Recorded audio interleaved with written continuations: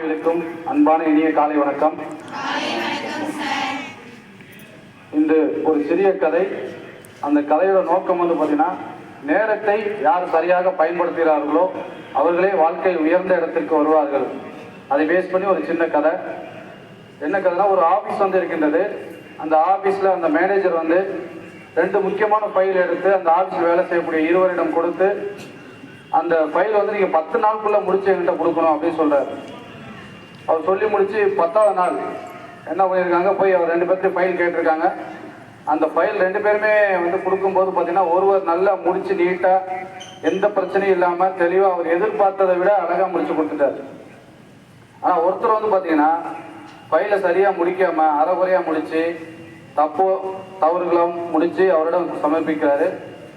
அதை பார்த்து அந்த மேனேஜர் சொல்கிறாரு, கூப்பிட்டு 2 பேர்த்தையும் கேட்கும்போது, எப்படிங்க ஒருத்தர் இவ்வளோ நீட்டாக முடிச்சிருக்கீங்க, நீங்கள் ஏன் முடிக்கல அப்படின்னு கேட்குறாரு.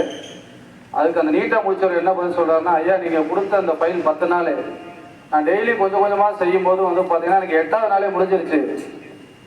நான் என்ன பண்ணேன், மறுபடியும் 9வது நாள் நான் செஞ்சதெல்லாம் மறுபடியும் ஒரு ரீகலெக்ட் பண்ணி பார்க்கும்போது பார்த்தீங்கன்னா, அதில் சின்ன சின்ன தவறுகள் இருந்துச்சு. நான் அதையும் 9ஆம் நாள் சரி பண்ணி 10ஆம் நாள் நீங்கள் எதிர்பார்த்த மாதிரி முடிச்சிட்டேங்க அப்படின்னு சொல்லியிருக்காரு.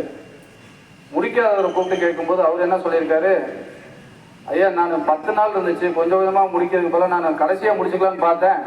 கடைசியாக என்னால் முடிக்க முடியல, பதஷ்டம் ஆயிடுச்சு, நிறைய தப்புகள் வந்துருச்சு, அதனால் மன்னிச்சுங்க அப்படின்னு சொல்கிறார்.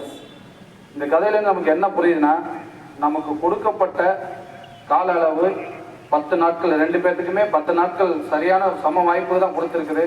ஆனால் ஒருத்தரால் முடிக்க முடியுது, இன்னொருத்தரால் பார்த்தீங்கன்னா முடிக்க முடியல. அதே மாதிரி தானே மாணவிகளே, உங்களோட டார்கெட்டு பார்த்தீங்கன்னா முழாண்டு தேர்வு. அது ஒரு வருஷம் உங்களுக்கு டைம் கொடுத்துருக்காங்க. அந்த ஒரு வருஷத்தில் பாடப்பகுதியில் டெய்லியும் நீங்கள் படித்து முடிச்சிங்க அப்படின்னா, கண்டிப்பாக முழாண்டு தேர்வை நீங்கள் எதிர்பார்த்ததோட சக்ஸஸாக உங்களால் எழுத முடியும். அதுக்கு நீங்கள் தினந்தோறும் உழைக்க வேண்டும்.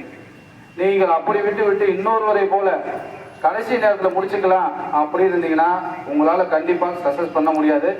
எனவே மாணவிகள், எல்லாத்துக்கும் சமமான வாய்ப்புங்கிறது நேரம் கொடுக்கப்பட்டிருக்கின்றது.